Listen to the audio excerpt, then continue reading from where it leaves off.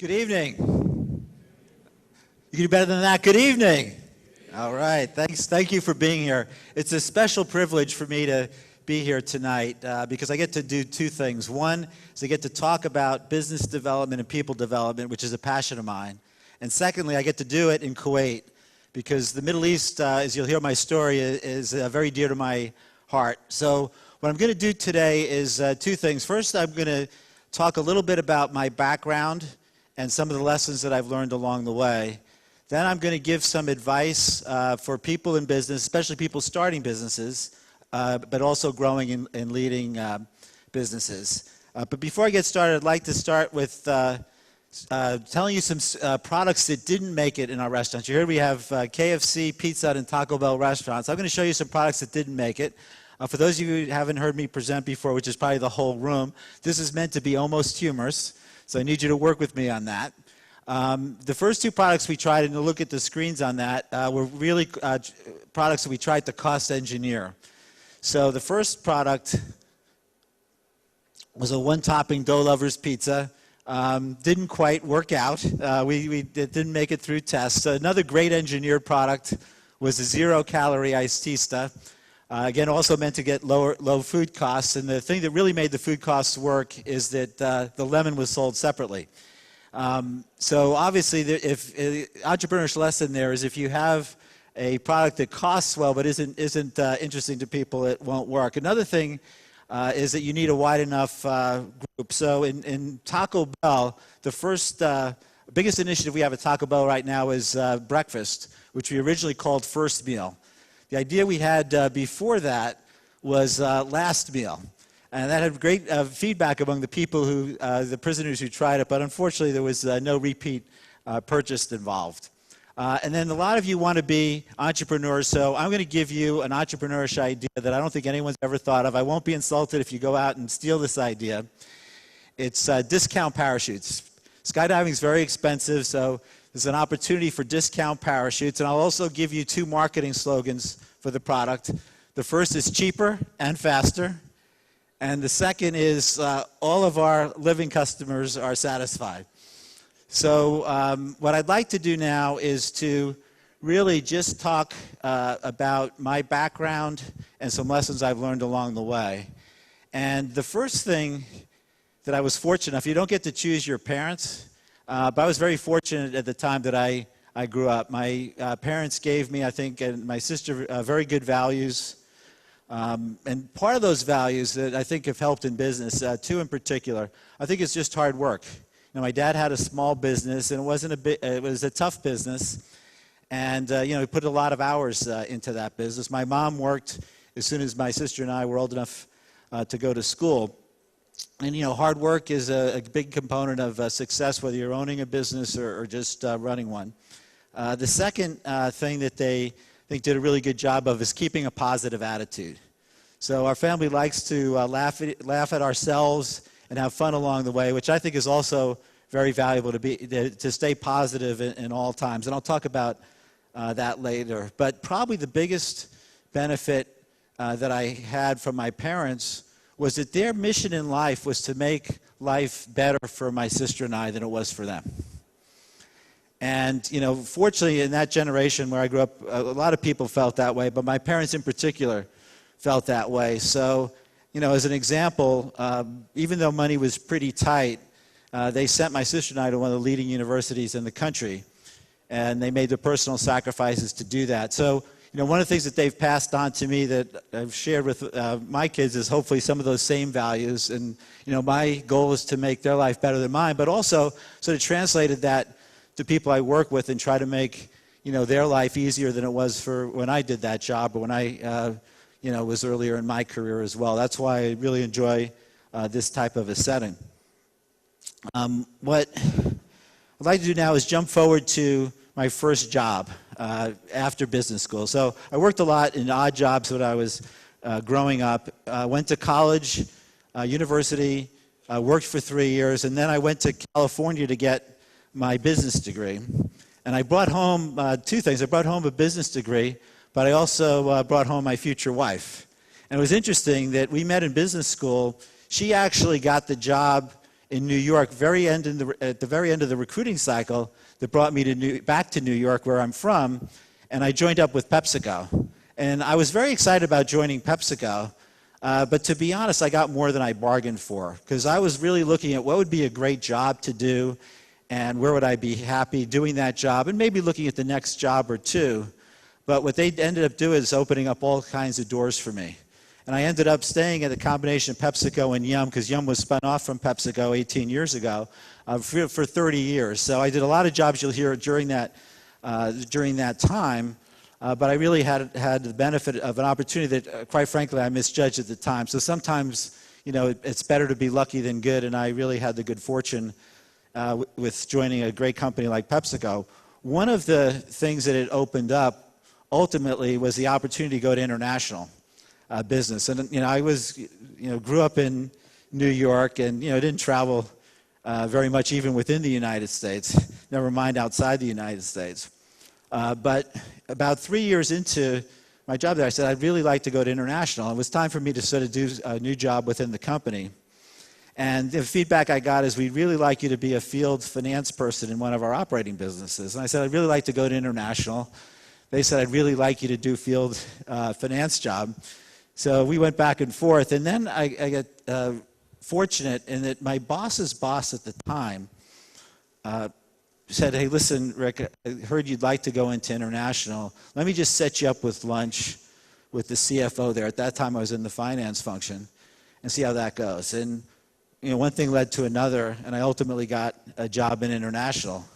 I think there's a couple of lessons there. One, sometimes it pays to be persistent, but secondly, it's great to have supporters, right? Because if she didn't support me at that point in time, I wouldn't have had the opportunity to go international. Since then, my family and I, one time we were traveling, we were counting up the number of countries we've been to, and I'm now up to 68 countries that I've traveled to. And this is from somebody, I went into international, I look back on it, I was pretty unsophisticated at the time. I spoke no languages, I really had no skills, but I had a desire to do it, and that was enough to sort of get me in the door. The first overseas assignment I had a job in Florida covering Northern Latin America. Then I moved to Cyprus, and at that time for Pepsi, covering Middle East and Africa. It was in 90 to 92. And so the one was a big learning I got was just from a lifestyle perspective. When I moved to Cyprus, I was also working with a lot of people from very different nationalities. We probably had about 20 nationalities in the office, and it wasn't that big an office, just a very diverse background. And also living outside the United States is different. So you don't always realize, as an American, I looked at the world a certain way, and then once I lived outside the United States and lived with people in a different country, I looked at the world differently. So I probably don't look at the world, the same as anybody, but definitely differently, a different lens when I went to live overseas. The second big change in my life, around the same time, just a little bit after that, my wife and I had our first child. And how many of you have children? It's a pretty young crowd, so not too many, but some of you have children. And you just look at life differently when you have kids, because now you're looking at the world through their eyes. So one is I had a different perspective living overseas, working with different people of different nationalities, and then I had a new lens of looking at things through my daughter's eyes as well. And I think the lesson there is, if you have an opportunity, not everyone's going to have an opportunity to go overseas, but you have an opportunity to do something a little bit different, it could be very eye-opening for you, and it could be a very rewarding experience. From a business standpoint, that was during the, and I don't want to raise painful memories here, but that was not long before Iraq invaded Kuwait. And, one of the things that I learned from that experience was that, you have to keep things in perspective, right? Because before I used to be worried if, sales were down 2% that day, and obviously you have to be concerned about that. But life's a little different when, those at that time, that was our second and fourth largest countries, weren't just the business. Those businesses disappeared overnight. But more importantly, you saw people suffering and what went into that. So there were lots of people who left the country and couldn't really find new places to live, etc. We had a person working for us who ended up being a a guest of Saddam. The people outside of Iraq called them the human shields, and he was stuck in Iraq for really 6 months, and they finally released the human shields not long before the bombing started. But you were concerned about people, obviously a job disappeared, etc. And I learned a lot about what my boss did at that time. He did a really good job of two things. One is he brought people together. It's funny, this was a meeting that was very impactful that I actually wasn't at, because you couldn't have a meeting with everybody at the same time because we all traveled. All our jobs were traveled. We actually never covered Cyprus. Cyprus wasn't even our territory. That was just where I was based. And he called everybody together, including the spouses. And he brought everybody in for a meeting. And when they hashed out, hey, listen, what do people think about the war, et cetera, et cetera. I told you we had 20 different nationalities, so people were in different sides of the political spectrum. And he communicated, and he said, guess what? You know, our job now, it's good to hear all that. It's good to hear each other out. Our job now is to grow the business we have left and to be back on offense and to be aggressive. And, you know, one of the things that I love about the Middle East, and I'll talk more about this later, is that people invest under uncertain conditions. And, you know, I learned a life lesson on being aggressive under uncertainty and getting back and doing the things you can control as well as you can. After leaving Cyprus, my next job was the general manager of Frito-Lay of Hawaii, which is a snack business. As I tell people, it was a dirty job, but somebody had to do it. And Hawaii was obviously a great place to live. It was also my first job as a general manager when you're managing people in all different functions. And, you know, to be honest, my first year there, I'd say I struggled a bit. I didn't have the type of success that I had in my other roles. And as I sort of reflected on that, and then I read a speech. I actually wasn't on a speech, but I read a speech that one of our leaders at that point, Roger Enrico, talked about. And he talked about making big changes to big things. And if I look back on what I was doing, I was very busy. But if I really looked at myself hard and looked at what we were doing critically, I'd say that we weren't doing the big things well enough. We weren't trying to change the things that were really going to drive the business. And I sort of rededicated myself to making sure that myself and my team, because we had a pretty small team there, was focused in on the most important things. So after that, I started changing the route distribution system. We redid the warehouse. We ended up improving quality by bringing new equipment in, and also growing potatoes in Hawaii. We had been bringing them in from California. And ever since then, I think one of my strengths have been, I don't always get it perfect, is to make sure that you're really working on the stuff that's going to count the most. And I think as people start thinking about running businesses, owning businesses, or just working in businesses, it's something you really have to do. And the resource isn't just money. Probably the most valuable resource is time. Your time and your team's time, because there's a certain amount of your job you just have to do. And I'm in the restaurant business. In the restaurant business, you have to take care of customers, you have to pay people. There's a lot of details that have to be done. The reality is your team doesn't have that much discretionary time. And it's very important to spend that time on the stuff that's really going to make the biggest difference. Another opportunity that I had was to then go to Australia.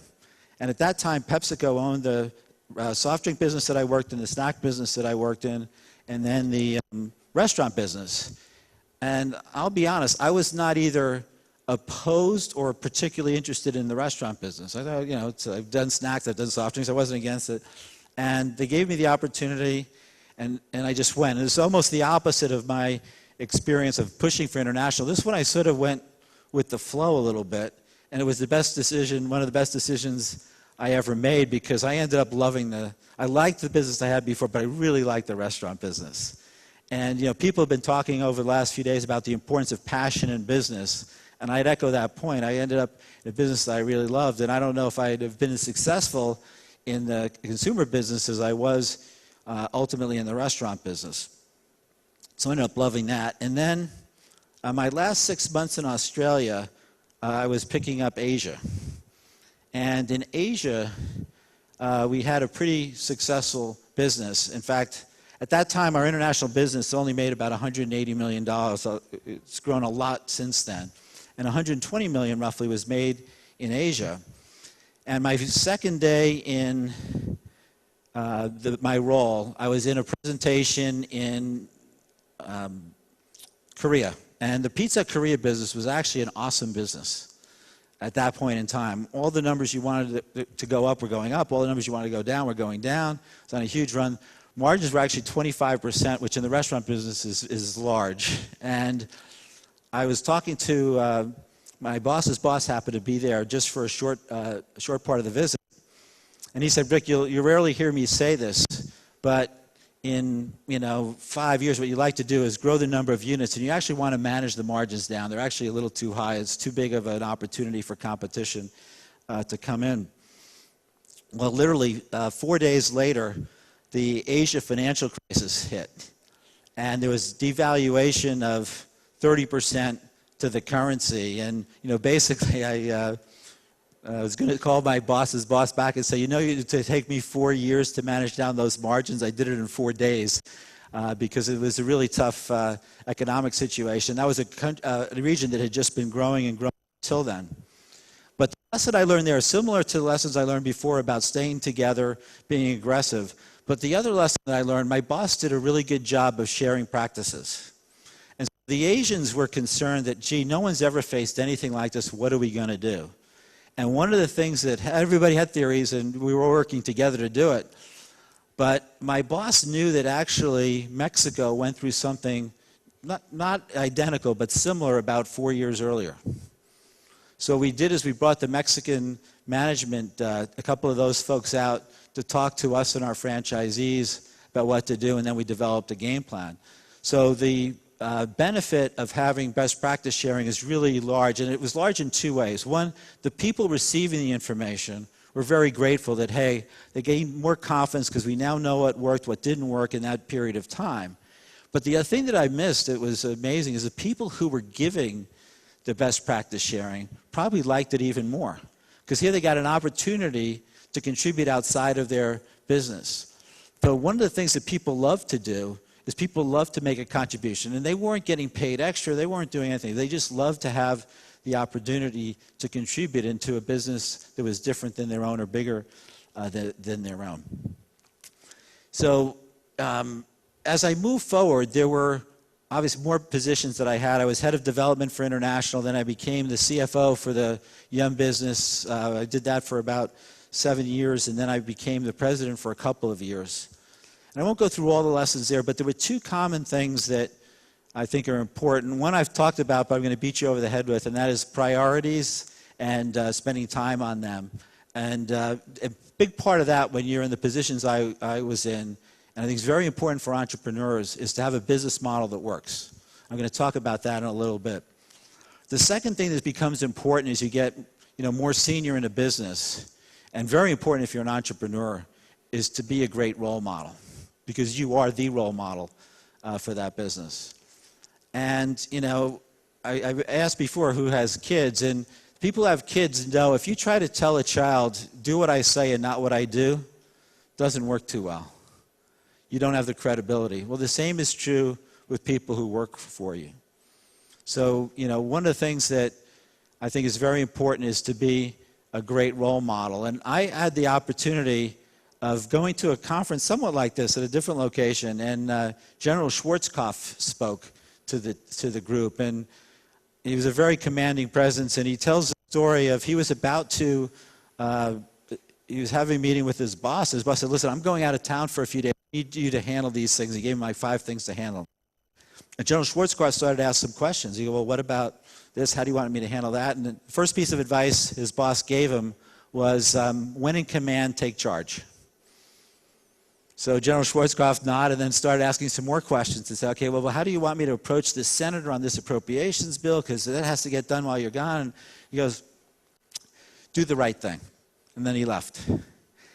And it's amazing, that simple advice of do the right thing, of how important it is and how well it serves you. Because if you do the right thing, then first of all, you feel great about yourself. But then you could trust other people to do the right thing. So they see that you're motivated by what's right for the business, not what's right for you. You'll make the hard decisions if it needs to be made, but you'll do it the right way. And then people start to emulate that behavior. So if, everybody says if you have one piece of advice for people, what do you say? And it's so simple, but I say do the right thing. And it's amazing how often those few words will guide you in the right direction. In fact, it's so important, just so to make sure you don't miss it, I thought I'd just put that on the slide. And what I'd like to do now is come back to the business model. And building a business model is not easy. So I don't want to let people think it's easy, but I want to talk about that because if you're going to have a successful business, by definition, you need a successful business model. So I want to talk to you a little bit about the Yum business model, not so that you know all there is to know about Yum, but know what some of those elements are. So when you're looking at your businesses, you could look at, okay, what does it take to have a successful business model? And this was at the Yum level, not at the restaurant level. But the Yum business model was really strong growth. We had a business that was we were adding 2 restaurants a day outside the United States, in China. 2 restaurants a day in China we were adding, 3 restaurants a day outside the United States. So about 5 restaurants a day we were adding. It was franchisee-led mostly. In China it was company-owned, but the rest of the world was franchisee-led. We invested heavily behind China and emerging markets, and I'll explain why in a second. We actually refranchised U.S. restaurants. What that means is we had company-owned restaurants that we sold back to franchisees. And we were very motivated to grow, and we always had a reputation for being growth-oriented, but we knew we had to mix those high growth with high returns. Now, why do we focus it on emerging markets?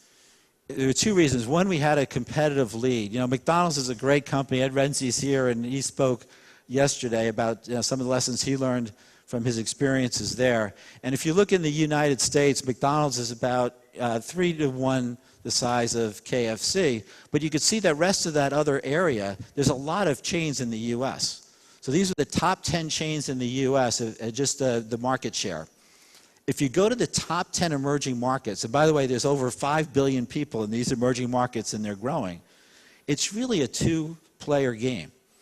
It's really KFC and McDonald's. So we always had 2 things. One, build on your strengths. We were actually a bit stronger than McDonald's if you added up all the emerging markets. It varied by market by market. But the reality is there was plenty of room for both of us. So you had the right business dynamics because you really had 2 players playing in a 5 billion person space that was growing. The other thing that's very important, I think, in a business model is to really focus the resources correctly.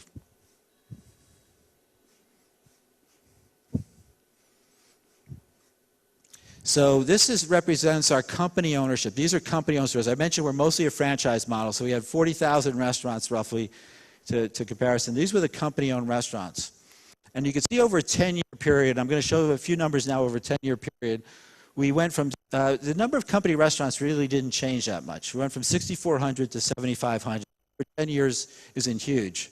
But the dynamics of where we owned them were very different. In those emerging markets, China was growing like crazy. So you see the red bars got a lot bigger, right? But what we also did, as I mentioned, we sold some restaurants in developed markets, the United States and other developed markets. And quite frankly, if we took a vote on that subject, it wouldn't have passed. Nobody sort of believes that, and you don't want people running businesses who think, you'd be better off selling my business to a franchisee. But we believed it was the right decision to be made. And if I sort of had to add to General Schwarzkopf's advice of do the right thing, I'd say do the right thing the right way. So while we made that decision, we communicated with the businesses that we were refranchising. We made sure they were partners in who we refranchised it to, so they felt a big part of the process. But we did do those steps, which were not easy to make. The good news is that when you have a good business model, you'll see that there's a lot of success. But it's not just sort of what you want to achieve, it's how you want to achieve it. I won't go through all of these, but I will touch on a couple of points that I think is especially relevant for other businesses. One of those bubbles is people capability. The biggest mistake I've seen in people expanding in a restaurant business is trying to expand ahead of their people capability. You're almost insured to fail, even if the concept's a good concept, because then you won't execute it correctly. The other thing that we did is we had a sort of a pretty flexible approach. We realized there's lots of different places in the world, so we were flexible with some of our product choices. We were flexible with our ownership model. We felt that was a better way to approach it than just having one way of doing things in every place around the world. The other thing, which quite frankly we had the luxury of doing, is having patience. So we worked very hard on making sure we were making money or had a path to making money at the restaurant level.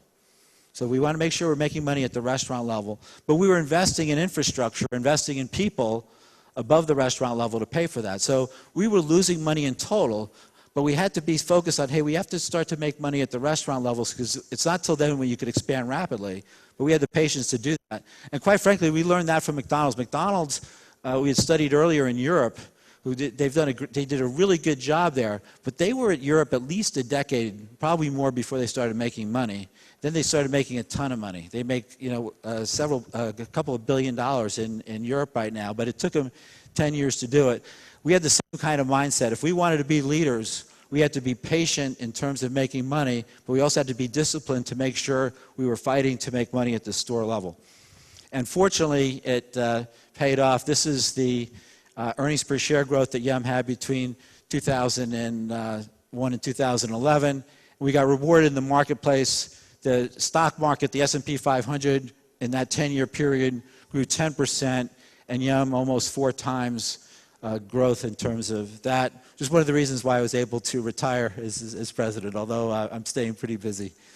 But let me just talk a little bit about the Middle East. During the time Yum owned the business, we went from 400 restaurants to 1,300 restaurants. System sales from $300 million to $1.2 billion. It was interesting, though, in the way that developed. Normally, when we go into a new country, we come in with a really strong brand. We were fortunate that one of the Americana group and their leader, Mr. Nasir, was able to be a pioneer in this part of work. I'm going to talk about pioneers in a little bit. But he actually took the concept, and he's the one who made it, the team of Americana made it a brand. It was unknown because they really were one of the first franchisees in the world. They started 45 years ago. So they were able to build the brand really from nothing and be able to make a really strong brand. So I really appreciate it. I know there's some people from Americana here today, and I just want to thank you one time and congratulate you again for the great job that you did running that business. And then from the Yum perspective, what we did differently over time is we ended up having dedicated franchise teams. So the way we used to be structured is that we would have people who were running, having markets that had ownership and franchise businesses under one management team.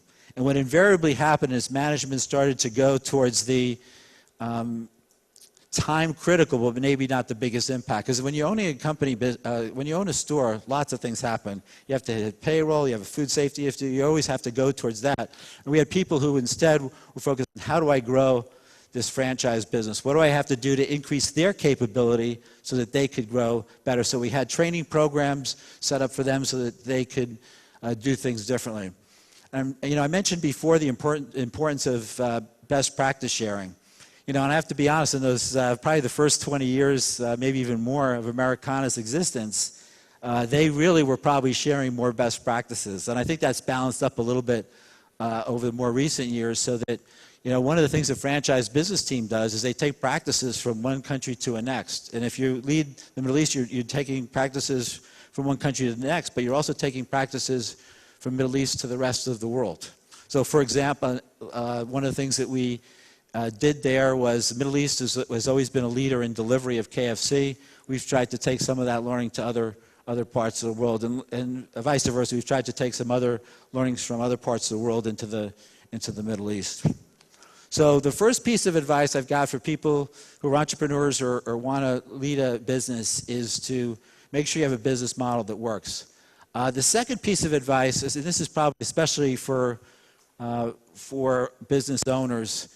One thing before I move on to that on the business model. In terms of your business model, you're not going to have the same business model as Yum. So a couple of things to keep in mind.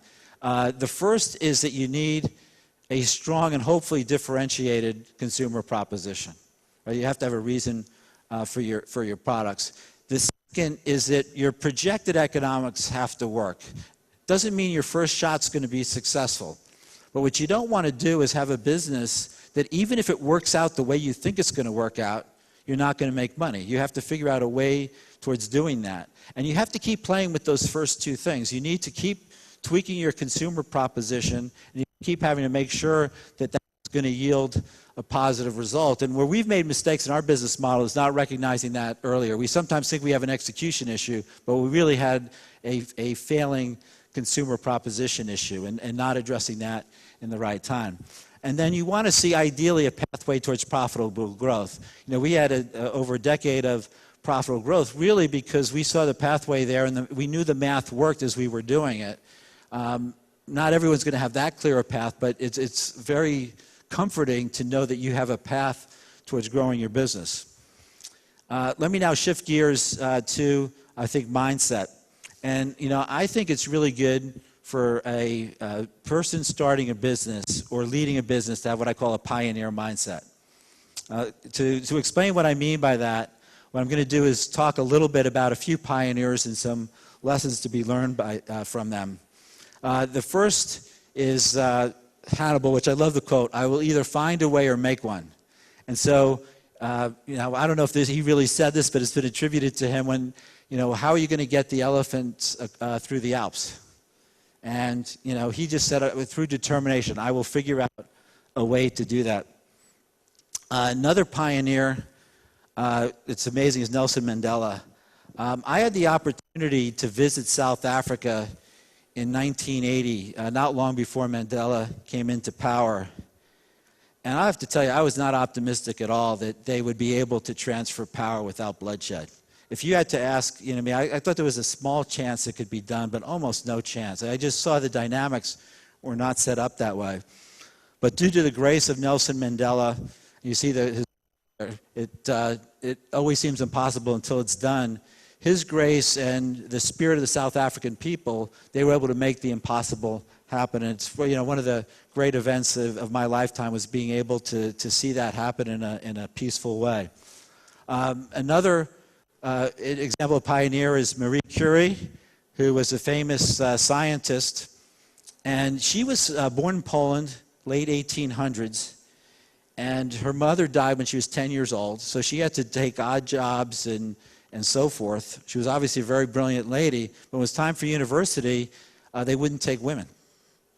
And so she ended up sort of studying in the gray market of education.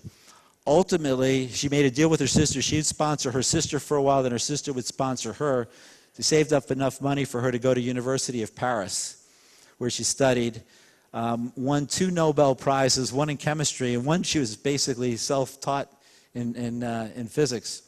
And obviously, she has performed really well under what was a lot of adversity that she had to overcome to reach out. And she ultimately became the first woman professor at the University of Paris. So that was almost her greatest achievement in her mind after she was denied being able to go to a university in Poland.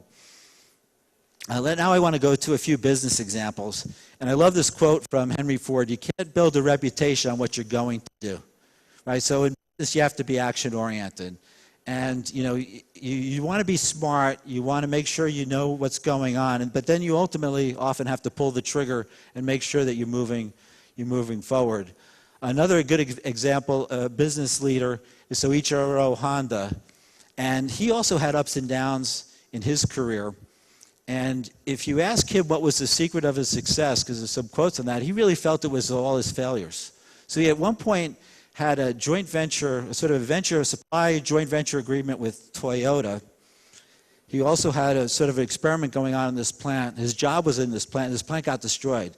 So he basically lost his project, he lost his income, and he lost his deal with Toyota all at once. And what he did is he ended up starting a new business across the street, and he started making motorcycles. And first small motorcycles, then bigger motorcycles, and then he started making cars and the rest. So very impressive in terms of what he was able to overcome. And then another interesting person is Stephen Jobs. And there's a lot that you can learn from Steve. first of all, Apple, the innovation that those products have is amazing. So that's one lesson to be learned from them.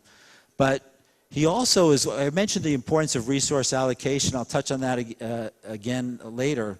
But he was actually very good at it. I got the opportunity to visit Apple a few years ago and was talking to some of the people there. And this was while Steve was still alive. And they were very good about, they had a lot of ideas. They were very good about saying, no, we're not going to work on these ideas. We're going to work on these 3 ideas. And then making those ideas come to life in powerful ways. The other thing he was is bold. He, by the way, if you have an opportunity to read his speech, he delivered a great message to the Stanford graduating class. He gave a commencement speech. And this is, he was in cancer, and this was when he was in remission.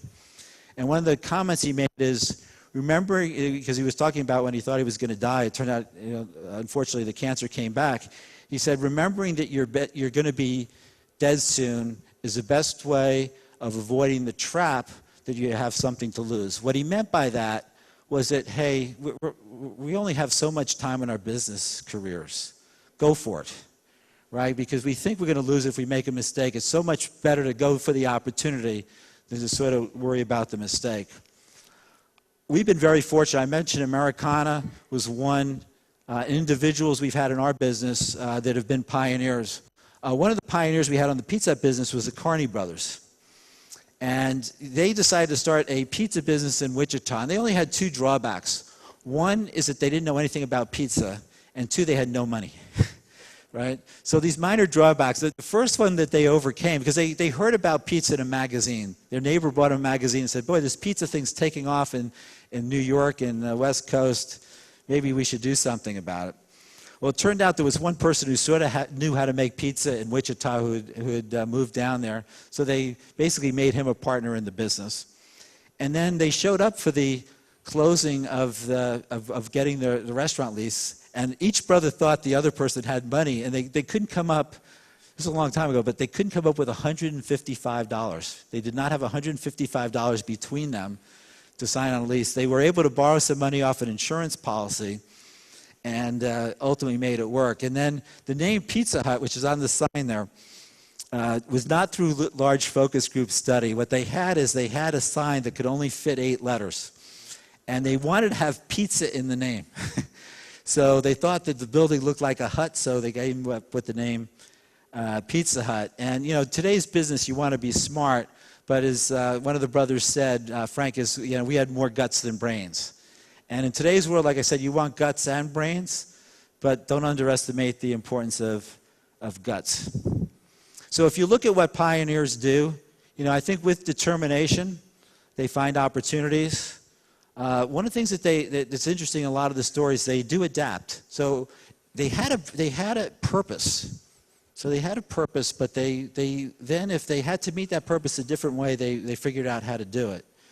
And then they overcame challenges. Literally all of them overcame challenges. Steve Jobs lost his business. He started a business, got kicked out of his business, came back and brought it to the highest level as well. The other thing that pioneers do is they share their story.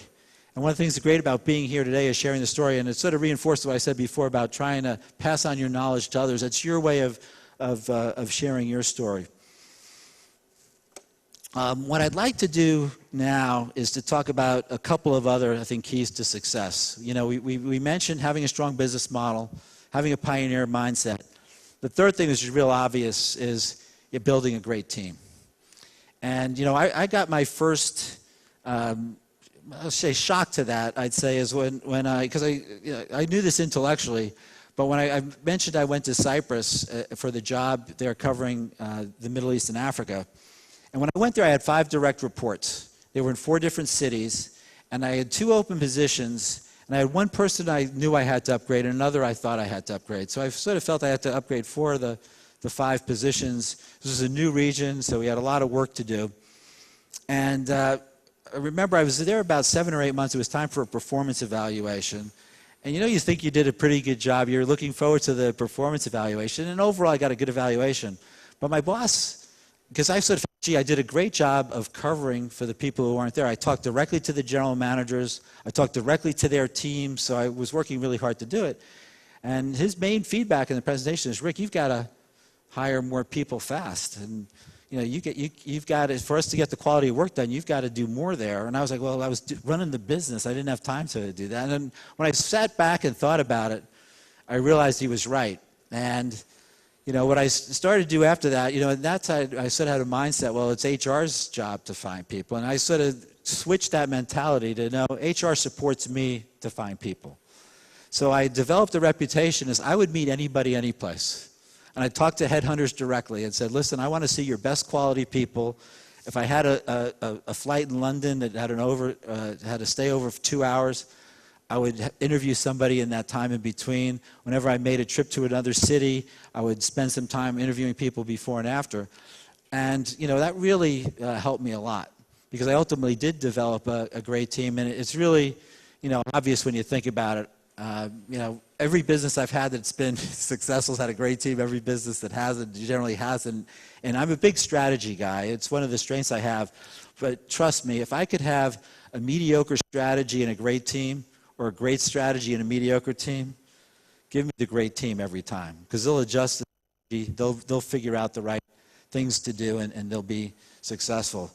I showed you those charts that we did pretty well for quite a few years, and part of the reason for that was China. And the team there did a lot of things right, but probably the thing Sam Su maybe did, who led that business, is he had a strong team when we had 500 restaurants. We have now pushing 6,000 restaurants. They're adding, like I said, 2 restaurants a day in China.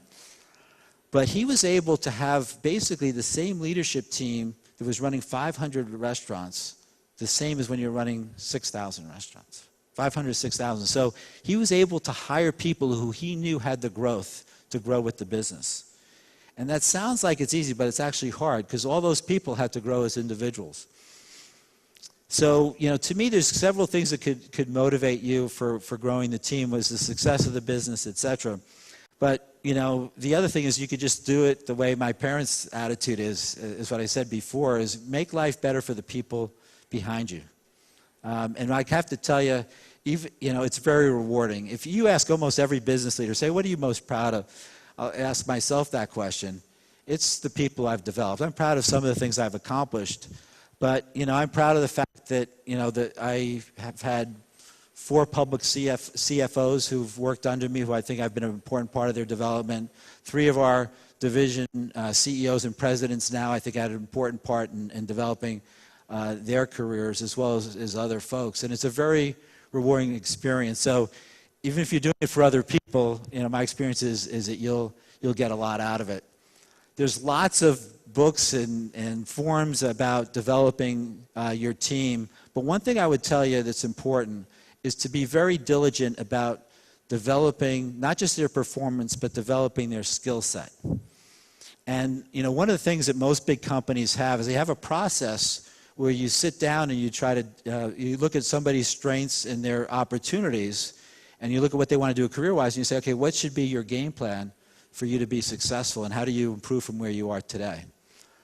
I think everybody should take that process very seriously and divorce it from the performance side. Have a performance review, but have a separate process doing that. And I think one of the things that I've benefited by is I've personally invested a lot of time in that process. So I think I've initially surprised people by how much time and effort I put into just observing them and giving them some ideas of how they could take their career to the next level, what things they need to work on, supporting them in their ability to do that. Which now takes me to sort of the last piece of advice I want to give you, which is to grow your team well and have a successful business, you have to grow you.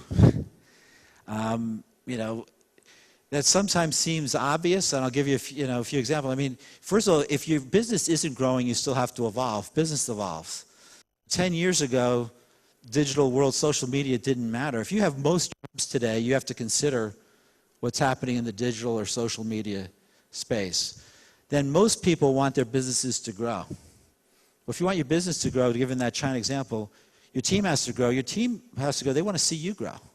That thing I talked to you about, a role model, it's important for your team to see you grow. So whether you're doing it, again, selfish reasons, selfless reasons, doesn't matter because you're helping yourself and you're helping your team at the same time.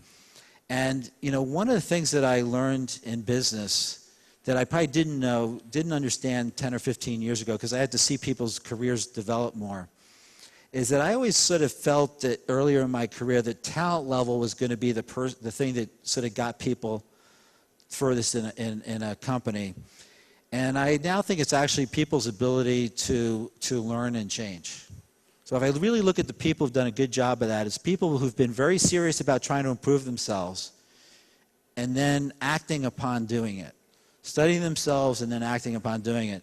So for example, one of the things that I want to do in my career, which I picked up fairly late, it became more important as I got more senior in the company, is I wanted to get better at motivating people earlier. So if I had people working for me a long time, I was very good at motivating them. But as I was touching more and more people, I had fewer interactions with them. So I had to be able to figure out how to do that faster. So I consciously looked for opportunities to do that. So instead of sort of shying away from that, because I'm naturally a little shy, wasn't comfortable doing that, I forced myself to do that more regularly. My boss, David Novak, when I first became CFO of Yum, by then he was actually pretty good with the investment community. But one of the things you have to do is he was the CEO of the company, you have to work with the investment community. To be honest, a few years before that, he was below average. David's a fantastic leader, but in that one area he was below average. But I give him and I give other people credit. He asked for feedback of what does the investment community think of me? And fortunately, the person who headed investment relations respected David enough to give him true feedback. And then David acted upon it. Right? So with David is very enthusiastic. He had to, but the investors sort of thought he was too salesman oriented. They thought he was selling them on the stock instead of explaining to them why the stock should be valuable. And he had to learn to make that difference. And we ended up about a year ago, we were talking to investors together, maybe 2 years ago. And typically, he and I talked to investors separately. So it had been a while till we talked to an investor together, but this was a group that came in and the scheduling was such that we met with them at the same time. There was a question that came up that, quite frankly, normally I would have handled. When you're thinking about something, I said, I actually don't have a great answer for this one. So instead, I just was silent, and David picked up on it, and David answered the question. He answered it 10 times better than I would have done it. And I promise you, he wouldn't have done that if he didn't recognize that he really had to get better at doing that. And if I have to give sort of one last example of the importance of improving yourself throughout your life, I'm going to give Colonel Sanders.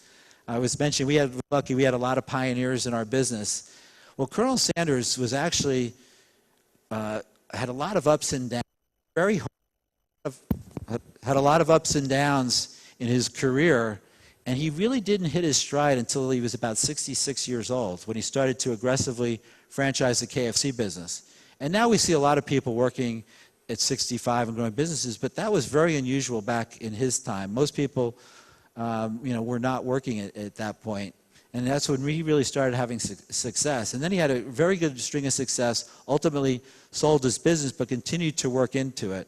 So what I'd like to do is sort of end by showing you a video of how he looked upon learning. Was a man who had 30 to 40 jobs before he really ever was able to make a living wage. And yet he had this constant drive to do things better, to look at new things, to do things a new way. Some years after his death, I had a call from the legal department who said, Shirley, we found a box of memorabilia up in the attic, and if you'd take time and look through it, we'd appreciate it. Down in the bottom of that carton were some canceled checks.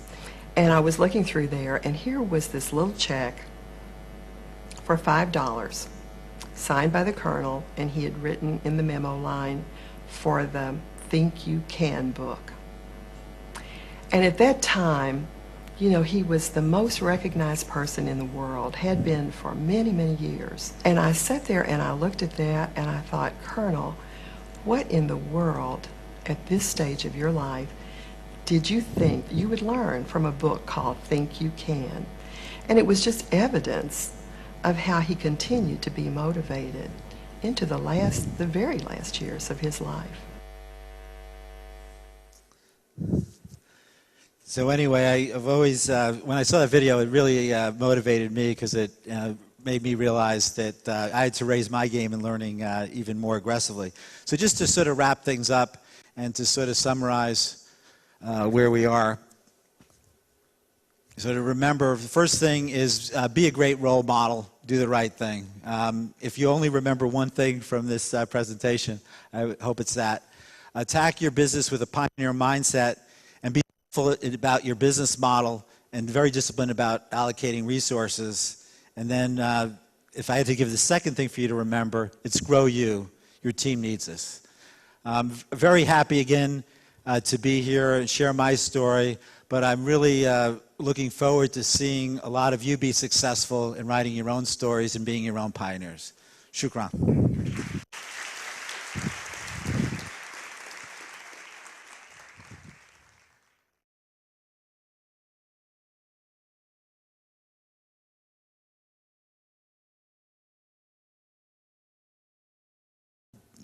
Okay, so great presentation as usual, Rick, and outstanding insights of how things works in expanding brands and business and leadership thoughts as well. But I would love to start this conversation with one of the success quotes that had actually positive impact into your life and to your career as a leader of and the president of Yum, a former president of Yum company.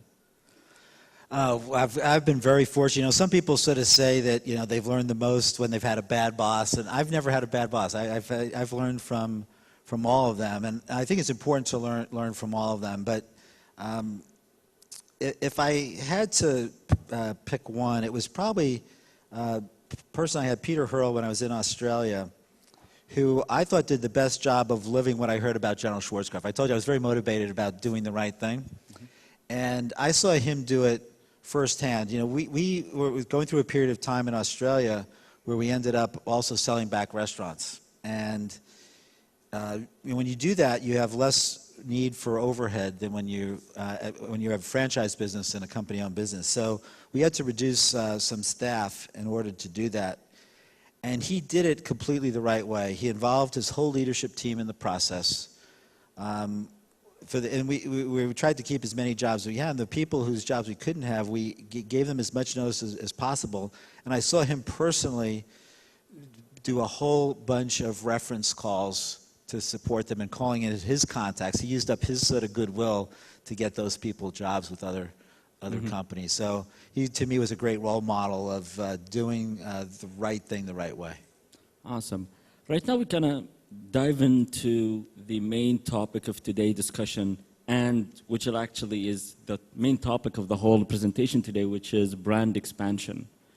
And the biggest challenge in brand expansion is, when do you think business owners should think of expanding their brands from, let's say, one branch to two, or actually expanding it outside the country or continent?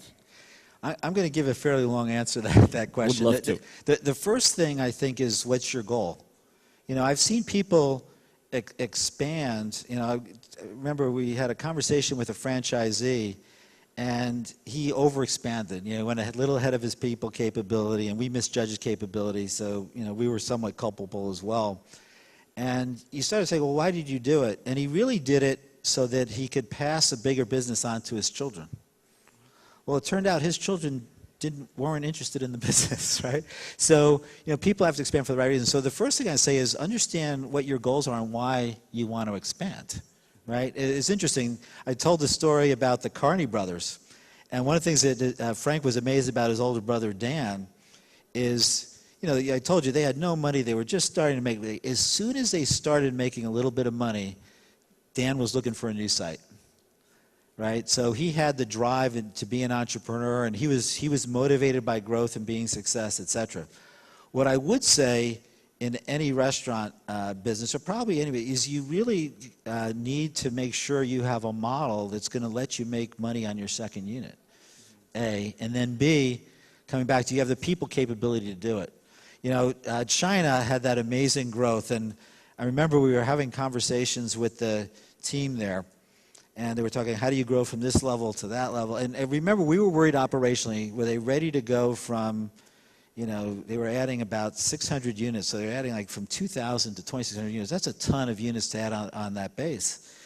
And we were drilling them, and they said, listen, Rick, what was really hard is, we had 600 units and we're adding 200, right? This is relatively easy because they used to, what they used to do in the early days is they would double stack management. They had the economics to do that. They'd put, complete new management in one store, and they would open up the next store. They had the financial model that allowed them to do that. So I think that what you have to have is you have to have a realistic plan that you could handle it from a financial perspective and, more importantly, from an organizational perspective, and make sure that that's aligned with what your goals are. Because expanding for the sake of expansion isn't what people should do. They should do it because it helps them meet what their goals are. Mm-hmm. Rick, through your leadership in Yum Company, I'm sure you had a lot of failures in the process of 20 years. Would love to hear one of those failure stories and what lessons you learned. Yeah, I always feel worse about missing opportunities than making mistakes. And I think sometimes people look at what the mistakes they made. And so to me, it's more what opportunities did I miss. But I'll give one that's a little bit of both, and then I'll give one that was sort of an opportunity missed. I told the story that I was in the Middle East during the Iraq invasion.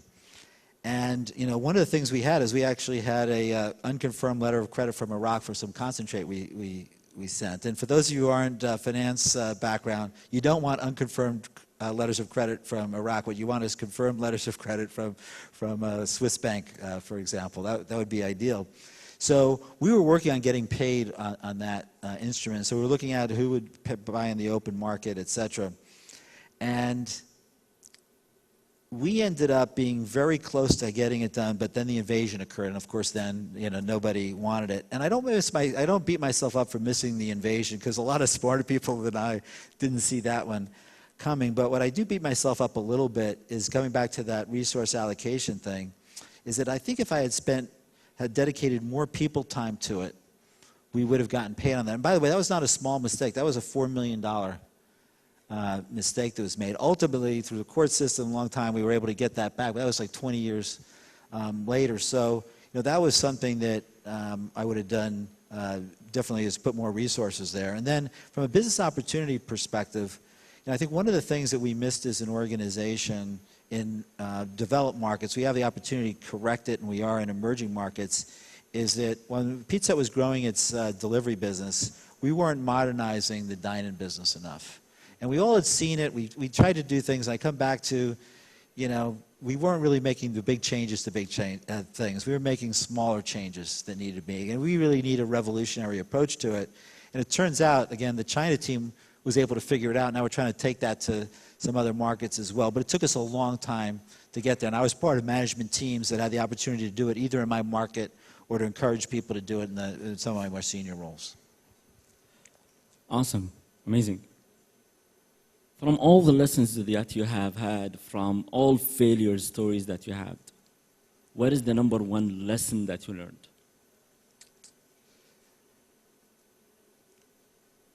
I know I'm repeating myself. In my case, it's really been more attention to the most important things. And that's why it's so important to me. That's sort of one of my DNA as a leader, is I'm usually now pretty good at that, but I always kick myself when I've had the opportunities when we didn't do that. And by the way, it's tough in business. I'm in the restaurant business, and it's hard to run a restaurant. Mm-hmm. You have to take care of customers, et cetera. In fact, the amount of discretionary time that any of us have in our roles isn't that much. Sure. And so you really have to be very thoughtful about how you spend your time on that. And one of the things that I do as a technique to doing that is one of the lessons I learned from a seminar was to dedicate time for thinking time. It's amazing. A lot of people, you get busy, you don't do it. So what I did is I actually put it on my calendar. It's thinking time. And what I really do in that thinking time is what I spend most of my time on is, okay, what is the next big thing that I should be doing on? Or what is something that's very important now that we're really just not doing enough on? right? And then once you do that, then you could go and marshal resources. But sometimes you even never get to that step because you're too busy with life. You know, you're too busy doing everything. So I think that in general, that's something that a lot of people miss in business, not just because they get busy. Okay, let's go to another side of the conversation, which is kind of turning into a positive turn as well. What is one of those aha moments that you had through your experience, 20 years experience in running a business in food and beverage?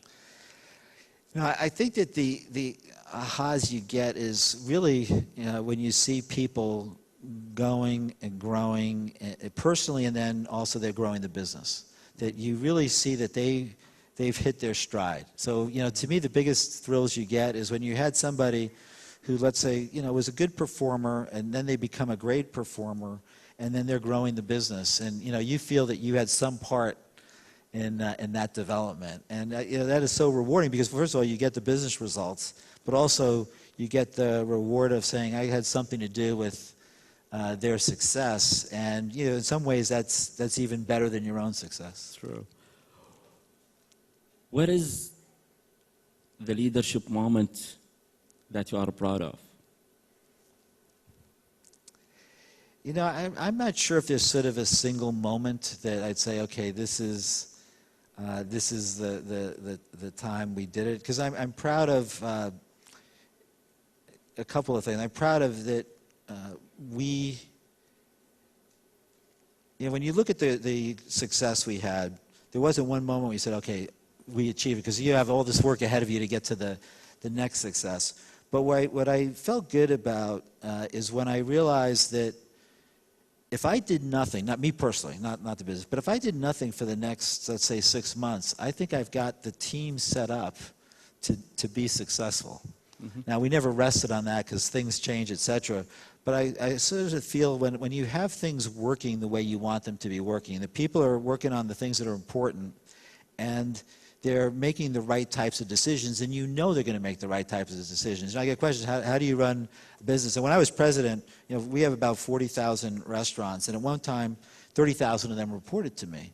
So how do you get comfortable that that's working? And you really get comfortable because you get really comfortable with the people who are working for you, but also for our customer. Of course, leadership is important, but having A players that would make your life way easier, especially if you are operating more than 30,000 or 40,000 branches.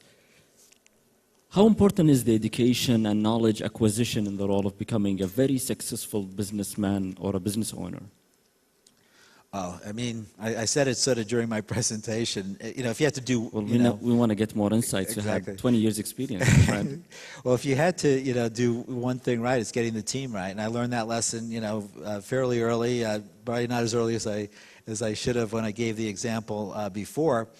But, you know, it's there. And what you have to watch is getting complacent there. You know, you think you have a good team, and then all of a sudden, one or two people may leave the organization.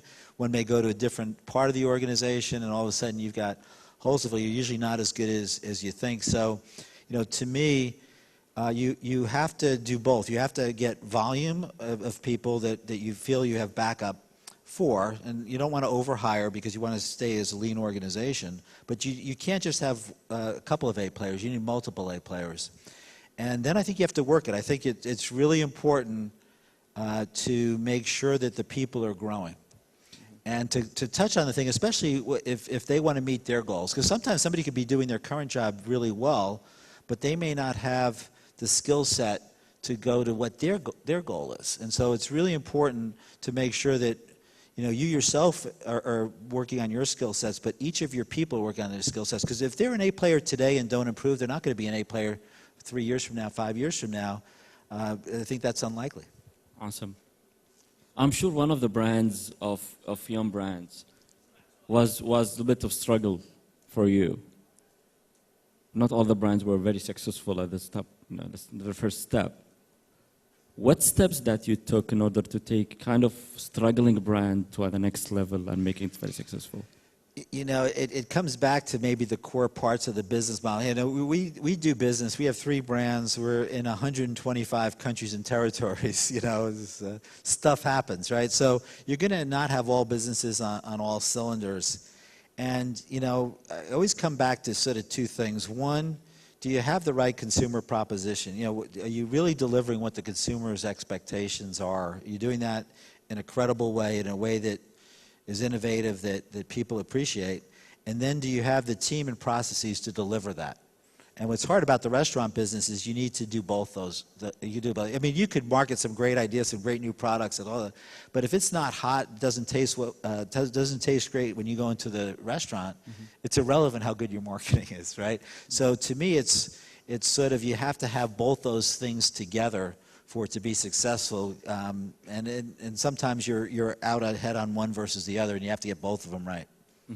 What kind of challenges you faced in, let's say, brand expansion?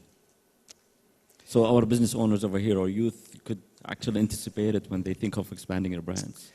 Well, you know, I think there's two types of expansion. There's going into new countries, which, by the way, is very hard, right? And let me concentrate more on expanding within your piece. And I'll keep coming back to this, is that you need to make sure you have the team that can deliver that. Right? I gave the China example. Is China, the reason they were so confident they could grow their business is they had the management training systems, the hiring in place, so they knew they already had the managers hired to do it. So when we were asking them about how do you have the ability to do that, we'd actually be meeting these managers who were ready to open up the new store. And they knew, okay, I'm going to be opening up this new store. So they had the people ready to do it. So you have to have that piece. In terms of the brand being ready for growth, I think there's art and science to that. Obviously, there's lots of consumer research you could do. If you're a small business, you may not have the money to do that, but there's some fairly inexpensive surveys you could do now. I'll give an example again. When we were expanding rapidly internationally, especially very quickly within a certain geography, we sometimes ran some really quick surveys, which would just be ask somebody who came into a restaurant, where did you come from? Where are you going next? Right? With that little bit of information, it actually gave sometimes a pretty good picture over where your opportunities were to build going forward. Awesome. Is there a formula or a secret recipe for food and beverage brand expansion? I wish it were, because then you'd go ahead and do it. I think it's getting. And the reason why I'm asking this question, because you are running multiple brands, and I'm sure you find out kind of a formula to indulge in the business. Yeah. Well, what happens is that first of all, you have to make sure. You have to really listen, right? You have to make sure you really know what the marketplace has, because sometimes your goals get ahead of your ability from a people capability standpoint, and also just what the market could absorb. Where we've made mistakes. So the biggest mistake we made expanding is when we didn't have the people capability. The second biggest mistake we made is when the market really wasn't there. Right? We were just saturated in that market. And we wanted to. We had goals that people wanted to beat their goals. And the reality is we weren't really listening to what the results were. We're pretty disciplined about looking at what the new units are performing. But then you could sort of try to explain them away a little bit instead of working harder and going back to your basics. So sometimes what has to happen is that you have to go back and improve your consumer proposition before you could expand again. And sometimes you may just make mistakes. Some of the best companies have made mistakes. Starbucks, who I think is one of the best companies out there, went through a period of time in the U.S. They went through a year and a half where they were they were growing so fast they were picking some poor sites. So they let their goals get ahead of themselves, and that caused them to have issues. Okay, what is the exact role of management and marketing to make that execution very successful? Well, marketing has a huge role in building a brand, right? So just start there, and it's probably more challenging today than any, because you just can't advertise. Back in the old days, you just advertise on TV, and you get it. Now you have to do social media other ways. In some ways, it's easier. In some ways, it's harder, right? So as you have new opportunities, especially for smaller businesses, you have new challenges in trying to reach customers differently. So. It has a huge role. We know whenever we advertise a product, you get a lift from that product, right? So that happens still today. So marketing has a huge role, and one, not just the right message, but the right insight. When we've done our best work, is when, to me, we've had the right consumer insight. So, like time is short, and so I could solve your time problem. Families want to get together. It's hard to get together now, so we have a product that help get the family together. It's when you have those marketing insights combined with great, advertising, where you really get the brand moving forward. What is kind of marketing intelligence, I would guess? Sorry? Marketing intelligence is important to business. Yeah. And to refer to what you just said, I believe some of the companies, they do have R&D departments responsible of gathering all data required that would help the marketing department to even function much better. Does Yum Company has one? We've done it different ways, and different companies do it different ways. We've had separate people do it, and we've had people dedicated within the marketing department to do it. I think the more important thing isn't where it's done, is just that you're doing it, right? And I think what I've seen with that is that even that, which looks like it's just analytical, there's still the art as well as the science. So I think it's very important to go through the listen to what the data says, but also look for what the real insight is, because most of the people have some of the same data that you're looking at, but can you figure out a way to give something a little bit different? Could you read the data and say, well, this is what they're doing, but gee, this would solve that. This solves that problem, right? And so to me, it's one of the advantages of it with having it close to the marketing department, or work closely with the marketing department, is putting those things together. The analytical side and then the creative side of how do you find the opportunity out of what the data is saying. And how do you deal with competition? It's interesting. Well, first of all, in the restaurant business, I have this expression that you compete with everybody and compete with nobody. What I mean by that is literally there's so many people out there that nobody is a dedicated customer to just your brand. People try multiple brands, etc. So, and even somebody who doesn't look like a direct competitor could take an occasion from you because they're offering something different. So literally everybody out there is your competition. On the flip side of it, what I've also seen is if you play your game well, in some ways competition can't stop you. They can't stop you from getting every site out there, right? In consumer goods space, you can make it really hard for somebody to get shelf space, right?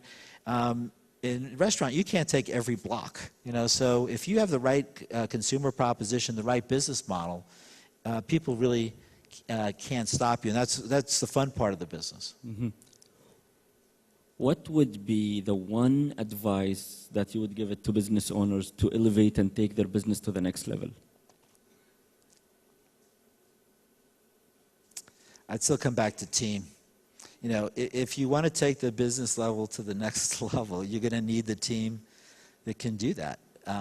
Now, if it's a small enough business, you may be able to do it yourself, right? But if you have a sizable business, want to take it to the next level, do you have the team that can do that? Because like I said before, the team will figure out a way to get it. If you have, I gave that Hannibal quote that I love, either find a way or make one. If you are motivated and you have a team that's motivated, they're probably going to find the answer to getting that growth. And obviously, you need to have the right skill set, so it's not all about motivation. But if you have the right skill set and the right motivation, that's usually when the growth works. Awesome. Right now, I'm going to ask you a series of questions, and I will be anticipating your answers as fast as possible. Are you ready for that?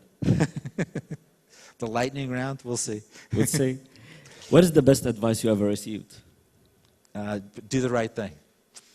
Can you share one of your personal habits that contributed to your success? I mentioned, but I will repeat, the thinking time. I've done that more recently, and I think that's been a big part of being able to focus in on the right thing. So the two things I'd say is focus in on the most important things, but spend the time to make sure you're doing that right. And by the way, the thinking time doesn't mean to be by yourself. You could be looking at the internet, you could be talking to people to get those ideas, but you need to make sure that you dedicate the time towards getting to the right place. Awesome. If you just want to recommend one book, what would it be for our audience? Yeah, I like the Jim Collins books. The Good to Great and Built to Last, I think are good books. I sort of enjoy strategy. I like people side, but I enjoy the strategy. And I thought those books had some very good long-term information. It's stuff that's sort of still true today that was probably true 15 years ago. And I love one of his quotes, honestly. He said, great is the enemy of good. Good is the enemy of great. Imagine you are starting a small business today with $500,000. What would you do first? Sorry? Imagine you are starting a small business today with $500,000. What would you do first? I would forget the money first and sort of figure out, you know, what do I want to do? You know, because, you know, $500,000 may be enough. It may not be nearly enough. It could be too much, right? So, you know, to me, it's sort of what is it that you want to achieve? Try to achieve it. Try to make steps of it before you spend any money. And then when you have the idea that you believe in, you have a business model you believe in, you have to figure out how much that's going to cost. And $500,000 may not be enough. You may, you know, need to get 3 more partners or 5 more partners or 10 more partners to make it work. But I wouldn't go burn $500,000 because that's what I had. I'd go and figure out what I wanted to do, and then I'd find out the amount of money that it took me to do it. Well, I'm going to ask you a question kind of outside the lighting room, or the launch room, what I call it, which you just highlighted, is choosing the partners. How do you choose partners when it comes to food and beverage? Do you select partners, they have an experience in the same field, or you go find someone who's outside the field? You know, it's a very good question, and it's a very important question, right? Because if you look at, we have franchisees, and, you know, most of our agreements, you know, are 10 plus 10 agreements, so minimum of 20 years. The reality is most of our franchisees who started with us a long time ago have been there for longer than that. So this is a really important decision to be made. And I'm very much, you know, hiring great people, but actually your decision is who your partners are, who your franchisees are, even more important, because they're going to be with you for longer, and they represent the brand for you. I don't think there's a litmus test. I think if I had to pick the most important thing, it would be, you know, attitude, and I'd have capability right there with it, right? Does people have the attitude and the capability? And, you know, we're in the fortunate position today where we could have people with track records in either other businesses or sometimes in that same business. But I've been in situations where you don't have that, and, you know, and it's much tougher when you're in that kind of environment. And you just have to get, I think, really comfortable. If I hear the stories about people who did get partnerships that have lasted well, I think it's when they've been able to have complementary skills but similar attitudes, right? So they have similar goals but complementary skills. I think is probably the best piece of it. But, you know, I've seen some partnerships work where you look at the people, they seem so different, and I've seen partnerships fail that they look like they, you know, or should get along great. And so I think, you know, the other thing that both you have to do and your partner have to do is you have to have the willingness to work it, right? It's a little bit like a marriage. I mean, you know, you have to give and take in order to be successful. And, you know, people change over time. But if you have somebody who you really appreciate them, and that you care about their success and they care about your success, I think that's really when you have the greatest probability of success. Awesome. Right now we're going to switch to the audience questions from Twitter feed, Ask Tmkeen.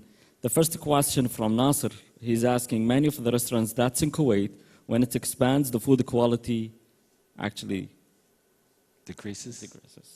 So why and how to avoid that?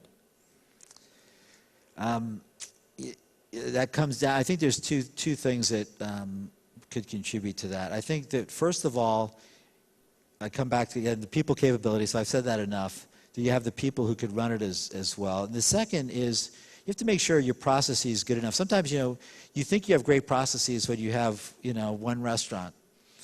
But then when because you're there, and you sort of could lose track of whether it's the processes or the management that's doing it. And I think as you start to expand, you have to have the right management and the right processes to be able to deliver the experience well.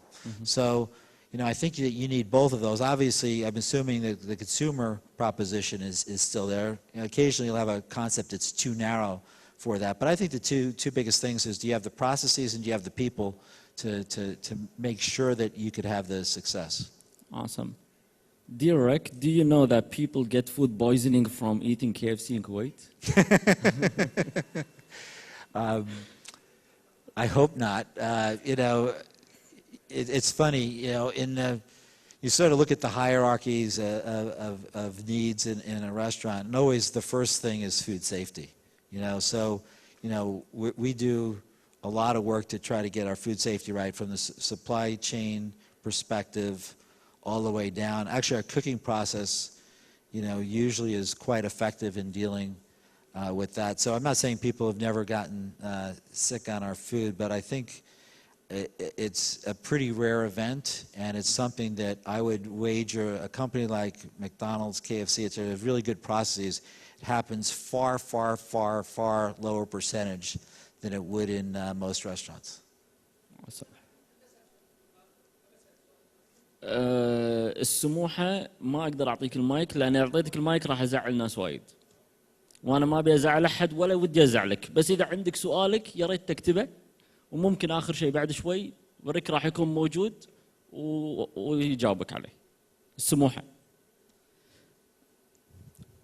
So dear Mr. Richard, what is your 20 years from now vision for your brand, and what is next? For me or my brand or the... Yeah. Sorry? For you, well, this is what he mentioned. The 20 years from now, it's your brand, maybe as a person. Okay. Your personal brand. Okay, my personal brand. It's interesting. I've loved all my 30 years at Yum and PepsiCo before that. But one of the things, and I think I've done a good job personally of balancing immediate family and my work. And that's hard enough. I've had pretty, jobs that sometimes have been very high travel jobs, and balancing that well. So I think I've managed that pretty well. What I've done less of a good job is sort of, I'd say, extended family, friends, and community. Right? So the thing that I have the opportunity to do now is to have more balance and to do more for friends, family, and community. And I've a small example of that. I was able to spend time with my mom and sister. Both had some illnesses in New York earlier this year.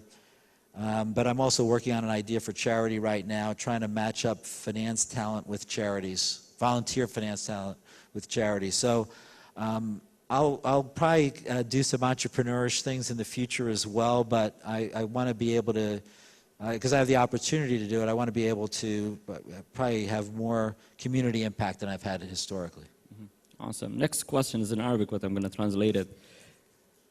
Does the product changes based on where you are operating, let's say in Kuwait or in Saudi Arabia or in Emirates? That's the first part of it, because they believe there is a difference between the success, like what happened with KFC and Pizza Hut. Remarkable success between two brands. Well, first of all, in terms of the product differences in markets, there are some differences. Usually they're intentional. Sometimes they're not.